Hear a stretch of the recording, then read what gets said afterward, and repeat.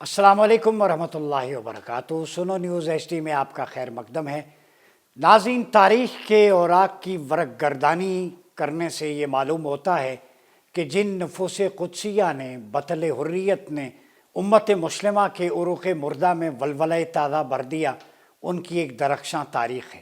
وہ تاریخ عشرہ مبشرہ سے شروع ہوتی ہے، وہ تاریخ مہاجرین و انصار کی تاریخ ہے، وہ تاریخ صلح حدیبیہ کے مسلمانوں کی فتح مکہ کی تاریخ ہے، بدر و حنین کے معرکے میں رسول اللہ صلی اللہ علیہ وسلم کے جانثار اصحاب کی تاریخ ہے، وہ تاریخ خلفائے راشدین المہدیین کی تاریخ ہے، وہ تاریخ حسین ابن علی علیہ السلام کی تاریخ ہے، وہ تاریخ عبداللہ ابن زبیر کی تاریخ ہے جنہوں نے ملوکیت کے در و دیوار کو ہلا کے رکھ دیا تھا، وہ تاریخ عمر بن عبدالعزیز رضی اللہ تعالیٰ عنہ کی تاریخ ہے جنہوں نے اسلامی ریاست کی فلاح پہ کام کیا۔ یہ تاریخ کا دھارا بدلتا رہا، وقت میں سٹیٹس کو بھی آتا رہا، جابر حکمران بھی آتے رہے، مگر اعلاء کلمت اللہ کے لیے، اقامت دین کے لیے اور دین کی سربلندی کے لیے جن نفوس قدسیہ نے اپنا تن من دھن سب کچھ لٹا دیا، حتیٰ کہ اپنے سر انور کو نیزے کی نوک پہ چڑھا دیا، کسی کی زبان کھنچتی ہے، کسی کی کھال کھنچتی ہے، کسی کو قید خانے میں مشقتی بنا کر اینٹیں اٹھوانے کا کام کروایا جاتا ہے۔ جی ہاں، آج میں ان میں سے ایک ایسی ہستی کے بارے میں آپ کے سامنے رکھنا جا رہا ہوں جن کے بارے میں امام اعظم فقہ حنفی کے مشہور امام ابو حنیفہ نعمان بن ثابت رحمہ اللہ نے کہا تھا، ایک تاریخی جملہ ہے، آج کا ہر نوجوان سنے امام اعظم نے کیا کہا تھا۔ امام اعظم نے جس امام کے بارے میں کہا تھا کہ ان کا نکلنا بدر میں رسول اللہ صلی اللہ علیہ وسلم کے نکلنے کے مشابہ ہے، یعنی جس طرح بدر میں رسول اللہ کا خروج تھا، حق پر تھا، اسی طرح اس ہستی کا نکلنا بھی حق پر ہے۔ جی ہاں، میں بات کر رہا ہوں سیدنا زید بن علی علیہ السلام کی۔ جیسے ہم دیکھتے ہیں کہ امام زین العابدین امام زید بن علی بن حسین کی زندگی بھی امام علی مقام امام حسین کی طرح تھی اور موت بھی انہی کی طرح تھی۔ وہ علی بن حسین امام زین العابدین کے بیٹے، امام محمد باقر کے چھوٹے بھائی تھے، اور یہ انہیں کہا جاتا ہے زید بن علی۔ حضرت امام حسین اور ابن زبیر کے بعد یہ تیسرے عظیم قریشی ہاشمی ہیں جنہوں نے ظالم دور میں سوائے عمر بن عبدالعزیز کے ہر غاصبانہ اقتدار کو چیلنج کیا ہے، اور رائے حق میں یہ لڑتے ہوئے شہید ہو گئے۔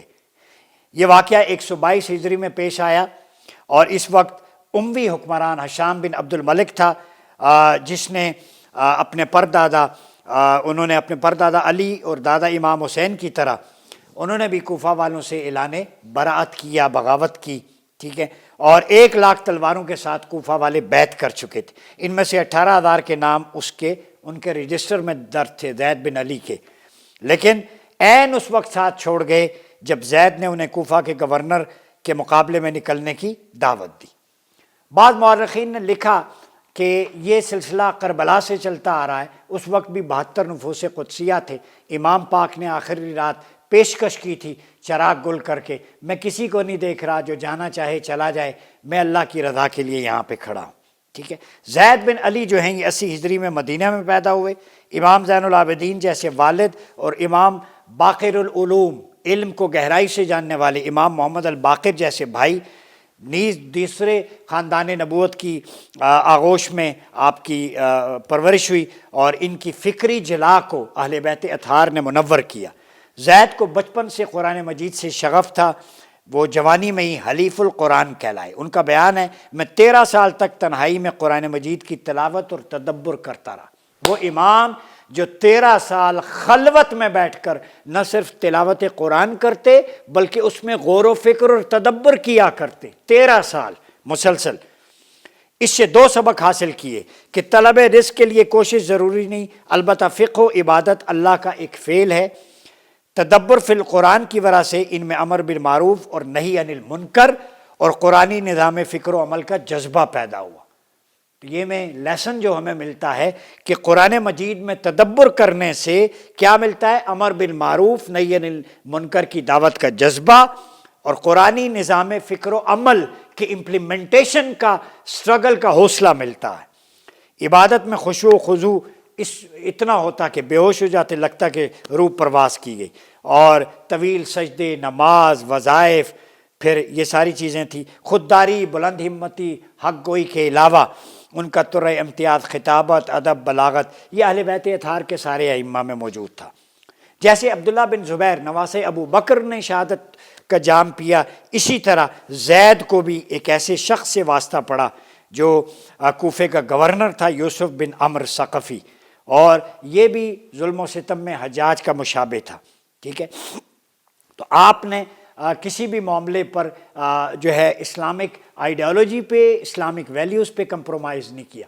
آپ سمجھتے تھے کہ بیت المال لوگوں کی امانت ہے، ان کے حقوق انہی تک دینے چاہیے۔ پھر زید کا یہ بھی اعتراض تھا، زید بن علی کا، یہ ایسنس ہے۔ یہ سارے ائمہ خلافہ علی منہاج النبوہ کے لیے کھڑے رہے کہ اس نظام کو، مدینے کے نظام کو بحال کریں جو رسول اللہ نے عطا کیا۔ آپ کا کیا تھا کہ حکمران سٹیٹس کو سے بچیں، وہ عیاشی نہیں کر سکتے، ان کا تعامل، طرز عمل عام آدمی جیسا ہونا چاہیے، جیسے رسول اللہ اور آپ کے اصحاب پر تھا۔ سیدنا عمر اینٹوں کا تکیے پہ سو جایا کرتے۔ تو زید اپنے علم اور دین اور سخاوت میں تمام اہل بیت میں ممتاز حیثیت رکھتے تھے، ٹھیک ہے۔ وہ سیدنا صدیق اکبر اور سیدنا عمر فاروق کے بارے میں کہا کرتے کہ اللہ رب العزت ان پر رحم فرمائے، ان پر کرم فرمائے، ان کی مغفرت فرمائے۔ میں نے اپنے اہل بیت میں سے کسی کو ان کے متعلق کوئی برا کلمہ کہتے نہیں سنا، اور نہ ہی کہتا ہوں، حرام ہے۔ ان کے نزدیک شیخین کا ادب اور تعظیم کتنی بلند پایا تھی۔ یہ باتیں بتائیں اہل بیت اور صحابہ کا آپس میں جو تعلق اور محبت تھی۔ پھر فرمایا کتاب اللہ اور سنت رسول پہ عمل کرنے کی دعوت دیتا ہوں، اگر میرا ساتھ دو تو تمہارے حق میں بہتر ہے، ورنہ تمہارا حساب تمہارے ذمے ہے۔ یہ سن کر کوفزیوں نے انہیں چھوڑ دیا، یعنی ان کی دعوت اپنی طرف نہیں تھی، کتاب و سنت کی طرف تھی۔ یہ بڑی امپورٹنٹ چیز ہے۔ زید بھی بلا رہے ہیں تو اللہ اور رسول کی طرف بلا رہے ہیں، ٹھیک ہے۔ پھر اس کے علاوہ مورخ طبری نے نقل کیا ہے کہ داؤد بن علی کا زید سے یہ خطاب، ان کے بھائی جو ہیں، کہ یہ لوگ آپ کو دھوکہ دے رہے ہیں، جان کو خطرہ ہے۔ تو آپ کے دادا حضرت علی کا واقعہ ہے کہ انہیں شہید کر دیا گیا۔ اس کے بعد امام حسن کے ہاتھ پر انہوں نے بیعت کی، پھر ان پہ چڑھ دوڑے، چار در چار دیواری کا تقدس، پھر کربلا ہوا سارے۔ تو آپ نے فرمایا کہ میں قرآن و سنت کی اتباع کے لیے، نظام کی بحالی کے لیے کھڑا ہوں، اپنی ذات کے لیے نہیں کھڑا۔ تو میں اگر ذات کی خواہش ہوتی تو کبھی کھڑا نہ ہوتا، یہ اللہ رسول کے نظام کی بحالی کے لیے کھڑا ہوں۔ تو اس سے میں واپس نہیں جا سکتا۔ اللہ رب العزت نے مقصود کیا ہے کہ معاشرے کی اصلاح کے لیے امر بالمعروف اور نہی عن المنکر کا فریضہ پورا کروں، تو میں کیسے جا سکتا؟ تو اس کے لیے اپنی جان آفریں کی سپرد کر دی۔ قید و بند کی صعوبتیں، جلاوطنی بھی آپ کو کی گئی، اور پھر امام اعظم ابو حنیفہ نے ان کے لیے کہا کہ ان کا نکلنا رسول اللہ صلی اللہ علیہ وسلم کے بدر میں نکلنے کے مشابہ ہے، یعنی جس طرح رسول اللہ کا بدر میں نکلنا غیر مشتبہ تھا، حق الیقین تھا، اسی طرح ان کا بھی نکلنا رسول اللہ کے مشابہ ہے۔ پھر آپ کو جو ایک تیر پیشانی کے بائیں بازو میں لگا، دماغ تک اتر گیا، شدید زخمی ہوئے، ٹھیک ہے، وہ آپ اسی طرح جامِ شہادت نوش کر گئے۔ سر بریدہ دھڑ، یعنی آپ کا سر تن سے جدا کر دیا گیا، قبر کی بے حرمتی کی گئی، ایک مقام سنجا میں دفن کر کے قریبی نہر کا پانی چھوڑ دیا گیا۔ تو ایک بنتی غلام کی مقبری پر جو کھیت میں پانی دے رہا تھا، صبح کو حکومت کے لوگ آئے، زید کی لاش نکال کے لے گئے، لاش کی حرمتی کی گئی، بے حرمتی، اندازہ لگائیں آپ، اتنے جلیل القدر امام۔ سر کاٹ کر دمشق میں حشام کی طرف بھیجا گیا، سر بریدہ دھڑ کو کوفہ میں سولی پر لٹکایا گیا، اندازہ لگا لیں۔ اور ایک عرصہ تک یہ لاش اس سولی پر لٹکتی رہی، حتیٰ کے بعد حکمران بدلتے رہے، پھر سولی سے اتروا دیا گیا۔ زید کا سر بھی دمشق کے ایک دروازے پر مدت تک لٹکتا رہا۔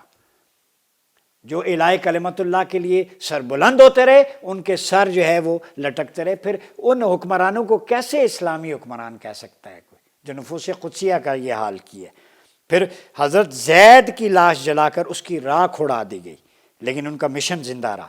وہ اعلاء کلمت الحق آج بھی زندہ ہے، پھانسیوں، سولیوں، اذیتوں، آزمائشوں، ابتلاؤں سے بھلا کبھی حق کی آواز تو نہیں دبائی جا سکتی، لیکن یہاں ہر جابر و ظالم کو اکثر غلط فہمی ہوتی ہے کہ وہ ایسا کرنے پہ قادر ہے۔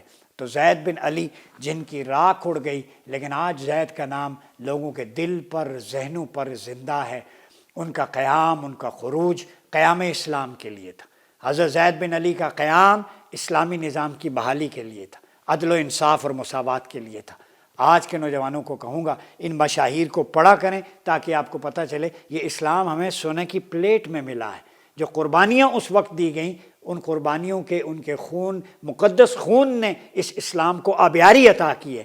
ہم تو سونے کا چمچ سمجھیں لے کے پیدا ہوئے، ہمارے سامنے ہمیں تو کوئی مشقت نہیں ملی، تو ہم پھر اگر اس اسلام کی ترویج و اشاعت میں پڑھ نہیں سکتے، انوائرمنٹ ہے، ٹیکنالوجی ہے، تو اس دور میں اسلام پڑھنا، ترویج کرنا، تبلیغ کرنا، اس کی قیمت پتہ ہے کیا تھی؟ سولی پہ لٹکنا۔